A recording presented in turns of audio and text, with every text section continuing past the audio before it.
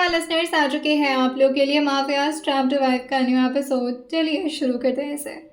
रियांश की बातें सुन करके जिया पे काफ़ी इमोशनल हो गई थी और वो धीरे से रियांश की तरफ टर्न होती है और उनके चेहरे की तरफ देखते हुए पूछती है, हमारे पास बहुत वक्त है ना रियांश जी। रियांश उसकी बात सुन करके अपनी आंखें छोटी करते हुए उसको बस देखने लगे थे। उन्हें समझ में नहीं आ रहा था बीच बीच में जिया इस तरह की बातें क्यों करना शुरू कर देती है। वहीं जिया जो आगे कहती है, ये सफ़र लंबा तो रहेगा ना और आप हमेशा मुझसे यूं ही प्यार करेंगे। रियांश जिया की गालों को अपने दोनों हाथों में भरते हैं जैसे उन्होंने अपने हथेलियों पर जिया की गाल नहीं बल्कि अपनी पूरी दुनिया रख ली हो। उसके चेहरे को वो बहुत ही ध्यान से देख रहे थे और धीरे से उसके फोरहेड पर अपने गीले होठों से चूमते हुए कहते हैं, मेरी हार्ट बीट बन गई हो तुम जिया। सफ़र ख़त्म हुआ भी तो दोनों का होगा, डोंट वरी। और ये बोलकर वो उसको अपने सीने से लगा लिए थे। यूं ही थोड़ा देर एक दूसरे की बाहों में उन दोनों को काफ़ी सुकून मिल रहा था। लेकिन तभी जिया जो धीरे से अपने हाथों को रियांश के सीने पर रखती है और अचानक ही उनसे थोड़ा दूर हो जाती है। रियांश को जिया की इन हरकत से थोड़ा अजीब लगता है और वो उससे पूछते हैं, क्या हुआ। वही जिया जो अपने चेहरे को नीचे किए हुए कहती है, हाँ, हाँ, सर्दी हुआ। रियांश उसको देखते हुए हल्का सा हंसते हैं और फिर जिया से कहते हैं, चलो वरना भी सिर्फ तुम्हारी नाक लाल हुई है, अभी पूरा शरीर टमाटर जैसा हो जाएगा, चलो। वही जिया अब आकर के धीरे से रियांश की गाड़ी में बैठ चुकी थी और वो अपने साड़ी के पल्लू से बार बार अपने चेहरे पर हाथ रख ले रही थी। लेकिन तभी रियांश जो उसको देखते हुए कहते हैं, नो जिया नहीं। वही जिया को बार बार छींक आ रही थी और रियांश उसे छींकने तक नहीं दे रहे थे। जिया रियांश के कंधे पर मारते हुए कहती है, आप क्यों परेशान कर। हाँ। अभी वो आ कर ही रही थी कि तभी रियांश कहते हैं, जिया स्टैचू। जिया को इस तरह से परेशान करते हुए अब वो लोग भी मेंशन की तरफ आ चुके थे और बारिश में भीगने की वजह से जिया का भी मूड पूरी तरह से बदल चुका था और उससे ज्यादा रियांश की हरकतों की वजह से। अंदर आकर के जिया जो जल्दी से अपनी साड़ी को संभालते हुए ऊपर की तरफ भागने लगी थी और वहीं रियांश भी हॉल में बैठे सभी लोग उन दोनों को ध्यान से देख रहे थे। टॉम एंड जेरी की जोड़ी लगती है इन दोनों की, एक हमेशा आगे भागते हैं और दूसरा पीछे पीछे भागता रहता है। वहीं गौरव भी टेबल पर अपना हाथ मारते हुए कहता है, सिर्फ ना हम लोग को दिखाने का ढोंग है, ये आगे भागना पीछे भागना। जैसे ही हम लोगों की नजर से ओझल होता है ना, जा करके चिपक जाते होंगे। प्रार्थना जी जो इस वक्त अपने हाथ में अपना फोन ली हुई थी और वो गौरव की तरफ देखते हुए कहते हैं, इस तरह की बातें नहीं करते, नजर लग जाती है बेटा। वही जिया जल्दी जल्दी आकर के टॉवल से अपना बाल सुखाने लगी थी। उसके कपड़े पूरी तरह से भीग चुके थे और उसके साथ ही रियांश के भी। रियांश जिया की साड़ी को देखते हुए कहते हैं, तुम्हारी साड़ी ट्रांसपेरेंट हो गई है जिया। वही जिया जो अपने बाल को पीछे की तरफ फ्लिप करते हुए पीछे की तरफ टॉवल करके अपना बाल सुखाते हुए कहती है, तो मजे लीजिए नजारे के। रियांश भी अपने शर्ट के बटन्स को अनबटन करते हुए कहते हैं, सोच समझ कर बात करो, आज डिसाइड हुआ था कि हम कोई अश्लीलता नहीं करेंगे। वहीं जिया जो पीछे जाते हुए कहती है, तो मत करिए ना, मैं कौन सा फोर्स कर रही हूँ आपको। जिया जो अपने बालों को सुखाते हुए रियांश की तरफ देखते हुए कहती है, आप मुझे खुश करने के लिए कितना कुछ करते हैं, मैं आपके लिए कुछ भी नहीं कर पाती। वहीं रियांश ने अब अपने शर्ट को अपनी बदन से अलग कर दिया था और वो धीरे से अपने बेल्ट को अनबकल करते हुए जिया के करीब आते हुए कहते हैं, तुम मुझे खुश करना चाहती हो। जिया भी रियांश की आंखों की तरफ देख रही थी। हाँ, वो देख पा रही थी कि रियांश उसके करीब आ रहे हैं, मगर रियांश किस इंटेंशन से उसके करीब आ रहे थे इसके बारे में उसको कोई अंदाजा नहीं था। और वो धीरे से बस अपना सिर हाँ मिलाते हैं और शीशे की तरफ देखते हुए कहती है, हाँ करना तो चाहती हूँ। वो अचानक से टर्न हो गई थी। वही रियांश जो पीछे से जिया के बालों को आगे की तरफ शिफ्ट करते हैं और अपने चेस्ट को उसके बैक पर रब करते हुए धीरे से कहते हैं, if you really want to make me happy just open your lips. ये उन्होंने उसके कान के पास आते हुए कहा था। वही जिया अचानक से ही दूर भागते हुए कहती है, छी क्या बोल रहे हैं। वही रियांश पीछे जाते हुए कहते हैं, क्या हुआ, तुमने तो कहा मुझे खुश करना है। वही जिया जो कहती है, तो ये करके, और ये बोलते हुए वो अपने हाथ को रियांश के पैंट की तरफ इशारा कर रही थी। रियाज रोज की नीयत और उसके हाथों को देखते हुए कहते हैं, मैंने सिर्फ होंठ खोलने के लिए बोला ताकि तुम मुझसे बातें कर सको। तुम क्या समझ रही हो? वही जिया जो टॉवल को साइड में रखती है और अपने कमर पर दोनों हाथ टिकाते हुए कहती है, सब समझ रही हूँ मैं। और ये बोलते हुए वो अपना चेहरा भी हिला रही थी। कुणाल और वासना भी काफी मस्ती कर रहे थे और वो लोग भी भीगते भागते शाम तक घर लौट गए थे। जिया और रियांश रात तक रूम से बाहर नहीं आते। डिनर के टाइम पर मृदुल को ही उन दोनों को बुलाने के लिए जाना पड़ता है, जो इस वक्त रियांश की बाहों में उनके सीने पर सिर रख करके लेटी हुई थी। रियांश पीछे बेड के सराहने से टेक लगाए हुए उसके बालों को धीरे धीरे अपने हाथों से सहला रहे थे। अभी तक तो उन लोग की बातें थोड़ी नॉर्मल थी, लेकिन फिर जिया जो अचानक से ही रियांश की तरफ देखते हुए पूछती है, आप ऐसे जिंदगी भर ये जॉब करते रहेंगे? जिया की एक उंगली जो रियांश के सीने पर इधर उधर घूम रही थी। रियांश उसके हाथों पर अपना हाथ रखते हुए पूछते हैं, कहना क्या चाहते हैं आप? मैं कौन सी जॉब करना शुरू कर दी हूँ? जिया जो रियांश की आंखों में देखते हुए पूछती है, आप कोई जॉब नहीं करते? रियांश जो अपने गाल को उसकी गाल से रब कराते हुए कहते हैं, मेरा तो सिर्फ एक ही जॉब है, आपको खुश रखना।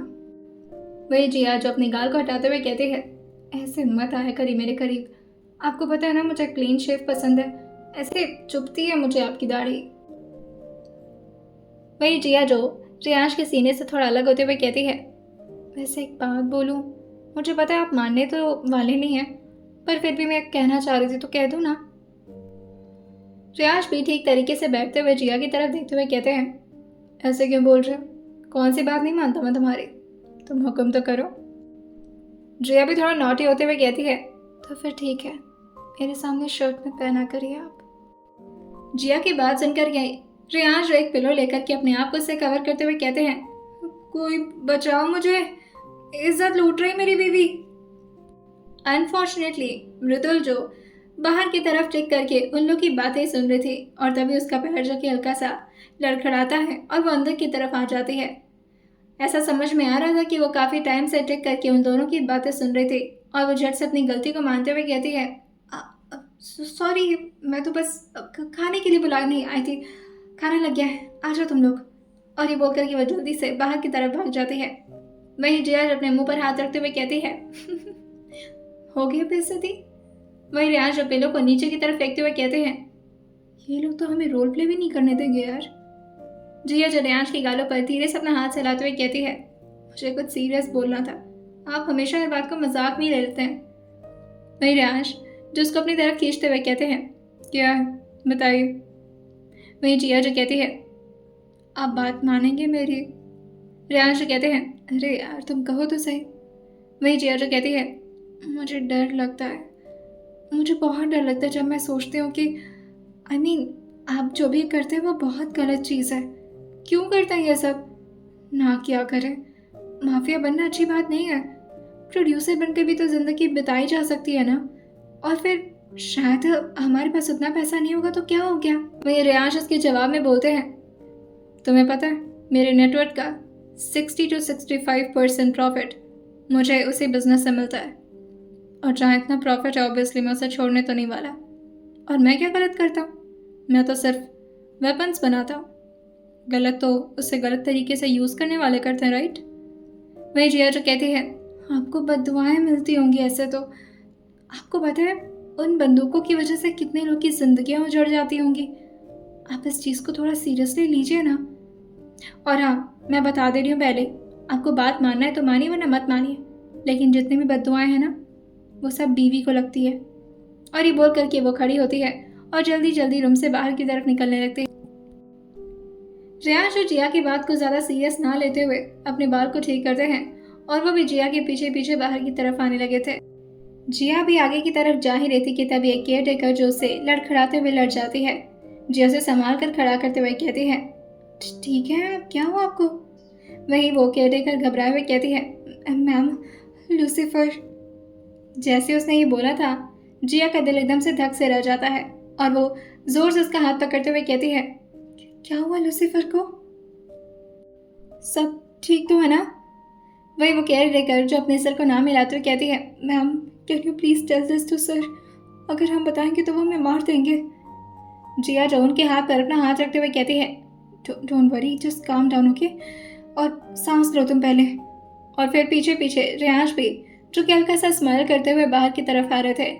लेकिन ये उस तरह से केयर टेकर को परेशान होता देख करके वो काफ़ी तेज़ी में अपना स्पीड बढ़ाते हैं और वो भी उसके सामने आते हैं। लेकिन तभी जिया उनको रोकते हुए कहती है, मैं बताती हूँ। वही रियांश समझ गए थे कि ऑब्वियसली ये लूसीफर की केयर टेकर है, तो ज़रूर लूसीफर को कुछ हुआ होगा। लेकिन वो जिया की बात सुनने में अपना वक्त बर्बाद नहीं करते और तुरंत ही लूसीफर को देखने के लिए उसके रूम की तरफ जाने लगते हैं। लूसीफर, जो अपने रूम में तारों को देखते हुए आराम से लेटा हुआ था। आसमान पूरी तरह से अब खाली हो चुका था और साफ तरीके से तारे और चांद नजर आ रहे थे।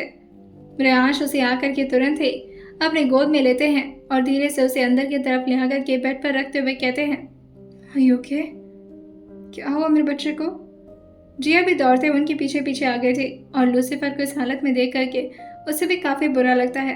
वो धीरे से रियांश के शोल्डर पर हाथ रखते हुए कहती है, "ये ठीक तो हो जाएगा ना?" रियांश, जो केयर टेकर को घूरते हुए कहते हैं, "Where is the doctor? Call करो।" वो केयर टेकर घबराते हुए कहती है, सर मैंने बोल दिया उसे कॉल करके आती होगी। वहीं दूसरी लड़की भी अब अंदर की तरफ आती है, जो लूसीफर के लिए ही यहाँ पर बुलाई गई थी। रियांश जो खड़े होते हुए कहते हैं, "Where are those trainers?" वहीं दो ट्रेनर, जो कि आज लूसीफर को ट्रेनिंग देने के लिए जंगल की तरफ उसके साथ ही गए थे। रियांश के बॉडीगार्ड्स ने उन्हें घेर करके रखा हुआ था। वही रियांश काफी गुस्से में अपने एक हाथ को अपने पॉकेट के अंदर डालते हैं और बाहर की तरफ निकल जाते हैं। वो केयर टेकर घबराते हुए कहती है, "वो दोनों तो मरेंगे आज, पक्का मर जाएंगे।" वही जिया उन दोनों को देखते हुए कहती है, "तुम लूसीफर का ख्याल रखो, मैं आती हूँ।" और फिर वो एक बार इमोशनल होकर के धीरे से अपने हाथ को लूसीफर के सर पर रखती है। लेकिन फिर उसे बाहर रियांश की याद आती है और वो तुरंत ही बाहर की तरफ निकल जाती है। सब लोग इस वक्त बैठ करके हॉल में खाना खा रहे थे। वहीं रियांश, जो अपने बॉडीगार्ड से कहते हैं, "लेकर चलो इसे बैकयार्ड में।" इस वक्त सिर्फ उनका एक ही ट्रेनर यहाँ पर था। दूसरा ट्रेनर अपनी जान बचा करके भाग निकला था।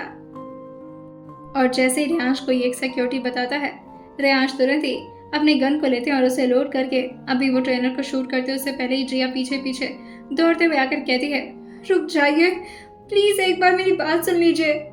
लेकिन रियांश, जो बिना जिया की तरफ देखे हुए कहते हैं, "उधर ही रहो, खामखा तुम्हारे सामने खून करने का कोई इरादा नहीं है मेरा।"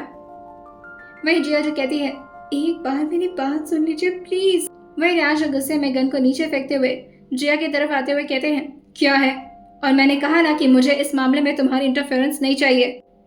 रियांश का यह गुस्सा, जो कि जिया के लिए काफी ज्यादा डरावना बनता जा रहा था। रियांश जैसे ही अपना एक हाथ अपने पॉकेट से निकाले थे, उनका हाथ जिया के बाजू पर कस गया था और उसको जोर से दबाते हुए कहते हैं, "just get lost from here. मुझे इस वक्त तुम यहाँ नहीं चाहिए जिया।" मैं जिया जो कहती है, एक बार प्लीज शांत होकर के सोचिए। ऐसा थोड़ी ना कि इसमें दोनों की गलती होगी। I mean, जो भी ट्रेनर था उसने कोशिश तो की होगी ना लूसीफर को बचाने की, और ट्रेनिंग में तो चोट लग जाती है। आई नो उसकी कंडीशन। लेकिन तभी रियांश कहते हैं, "मुझे मेरे काम में लापरवाही पसंद नहीं है, और अगर कोई लापरवाही करता है तो I just want to kill them, और तुम मेरे इस उसूल को ख़त्म नहीं कर सकती।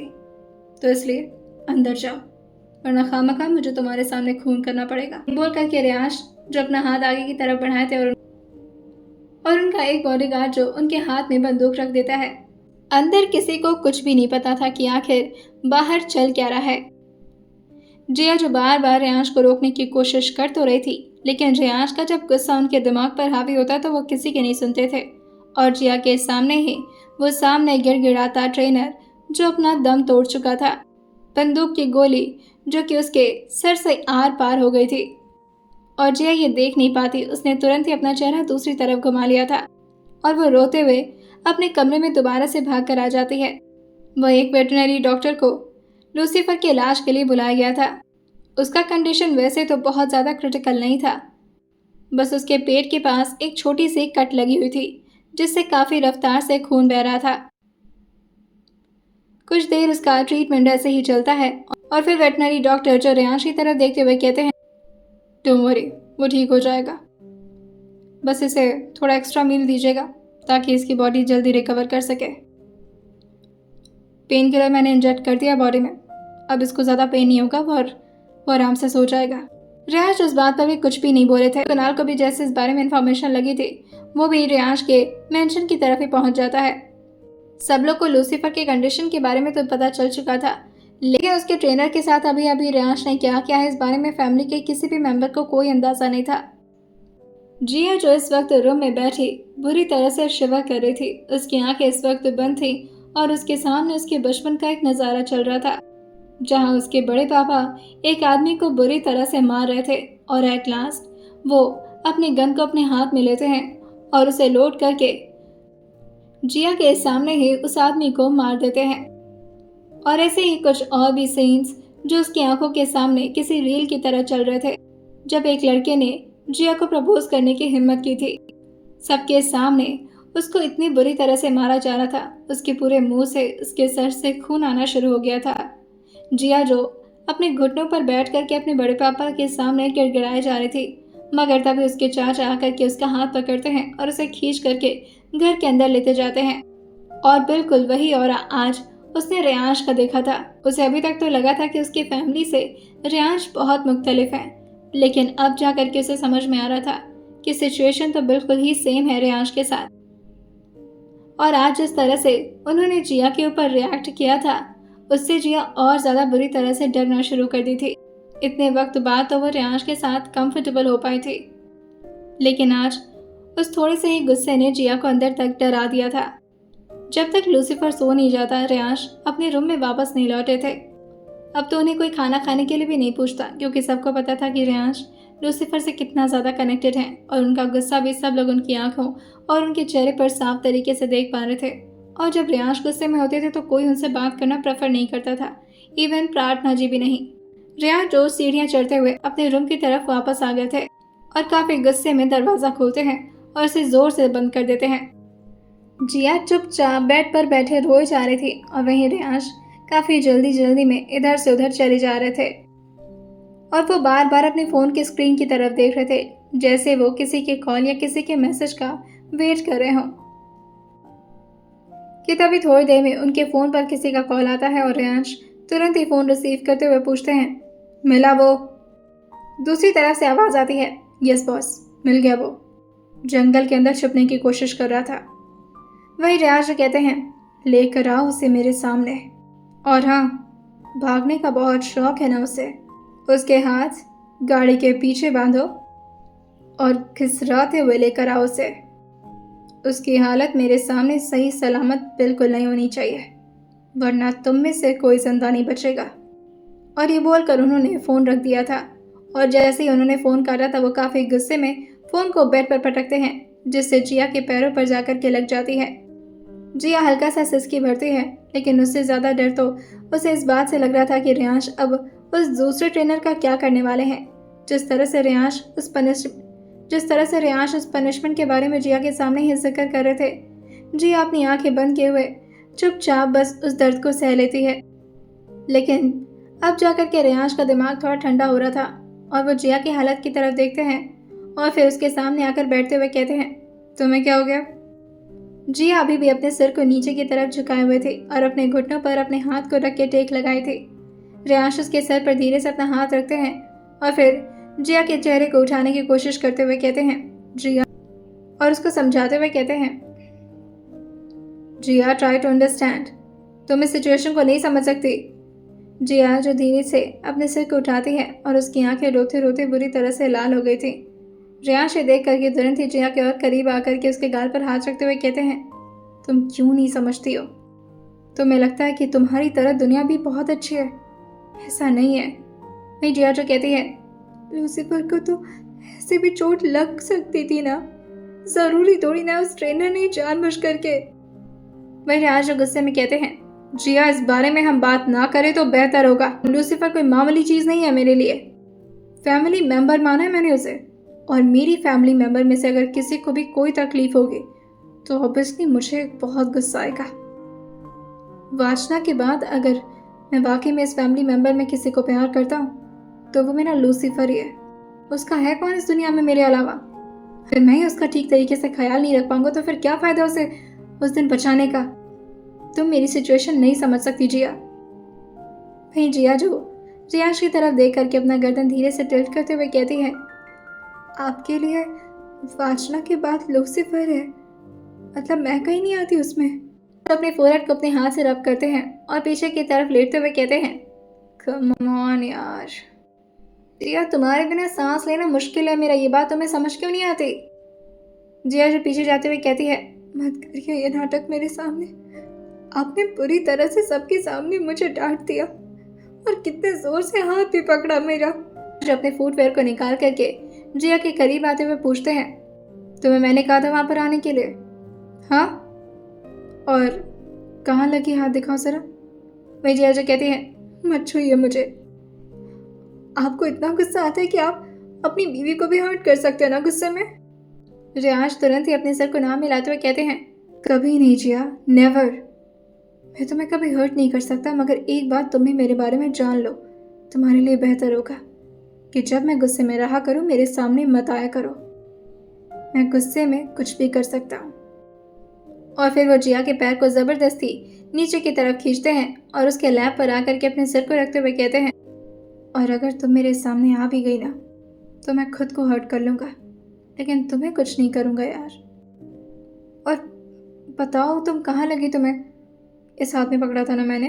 और वो धीरे से जिया के बाजू को सहलाने लगे थे, लेकिन जिया को रियाज की हरकतें बिल्कुल भी अच्छी नहीं लग रही थी। वो पीछे की तरफ टेक लगा करके अपने चेहरे को बस ऊपर की हुई थी, उस हाथों को भी बांध रखा था। लेकिन तभी रियाज जो धीरे से उसका हाथ लेते हैं और उसके हाथ को अपने सिर पर रखते हुए कहते हैं, I am so sorry Jiya, I am so sorry, गलती से भी मैंने तुम्हें हर्ट कर दिया, तुम्हारा दिल दुखा दिया, तो अब रोना बंद करो यार जिया।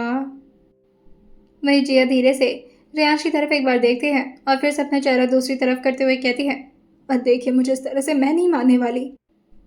रियाज भी अब उसके लैब से उठते हुए जिया के बगल में आकर उसके हाथ को धीरे धीरे टच करते हुए कहते हैं, जिया तुम नहीं समझ सकती मुझे, उखड़ी उखड़ी सी मत रहा करो, सुबह वैसे भी तुम इतना चुप चुप थी, कितना मुश्किल से मनाया हूँ तुम्हें आज, तुम्हारे चक्कर में पूरी जाम लगी थी, तुम्हें पता है।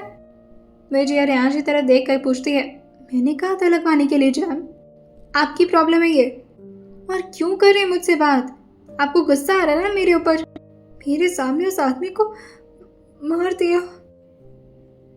वह रियाज अपना सिर पकड़ते हुए कहते हैं, तो किसने कहा था तुम्हें मेरे पीछे पीछे आने के लिए। वह जिया गुस्साते हुए कहती है, मेरी गलती आती है ना, हाँ हमेशा मेरी ही तो गलती होती है, मैं गलती करने के लिए ही पैदा हुई उस दुनिया में।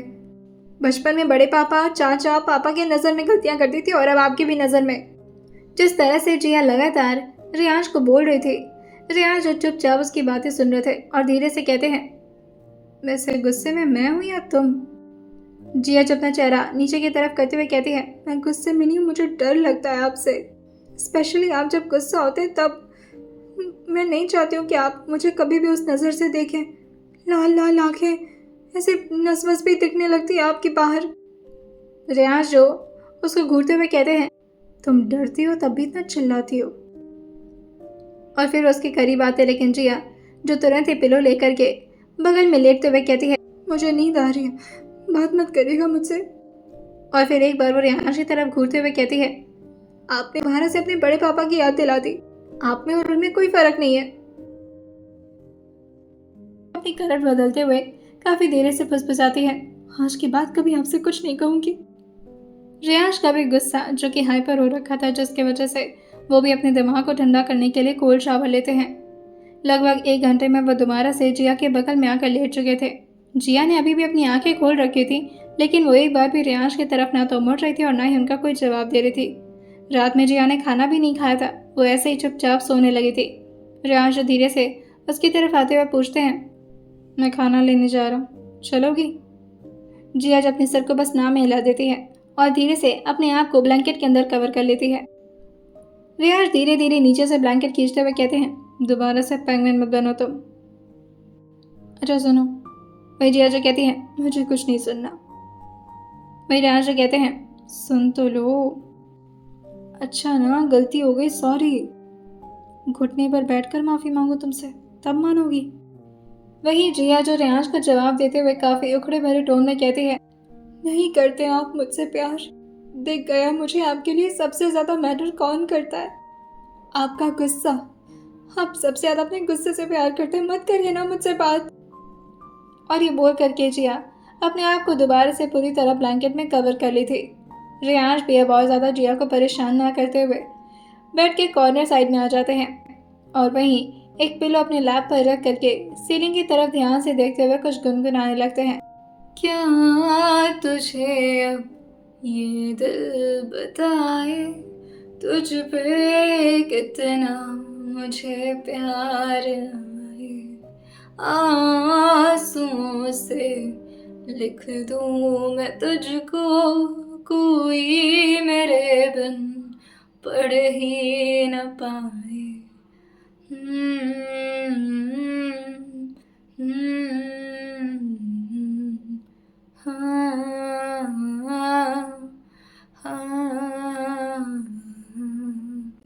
जैसे रेयांश चुप हुए थे, जिया जो रेयांश की तरफ ही देखने लगी थी, जैसे वो एक्सपेक्ट करी हो कि रेयांश कुछ आगे भी गाएंगे, लेकिन इसका इंतज़ार ख़त्म करते हुए रेयांश जो सीलिंग की तरफ देखते हुए कहते हैं, सो जाओ, बस इतना ही गाने का मूड था।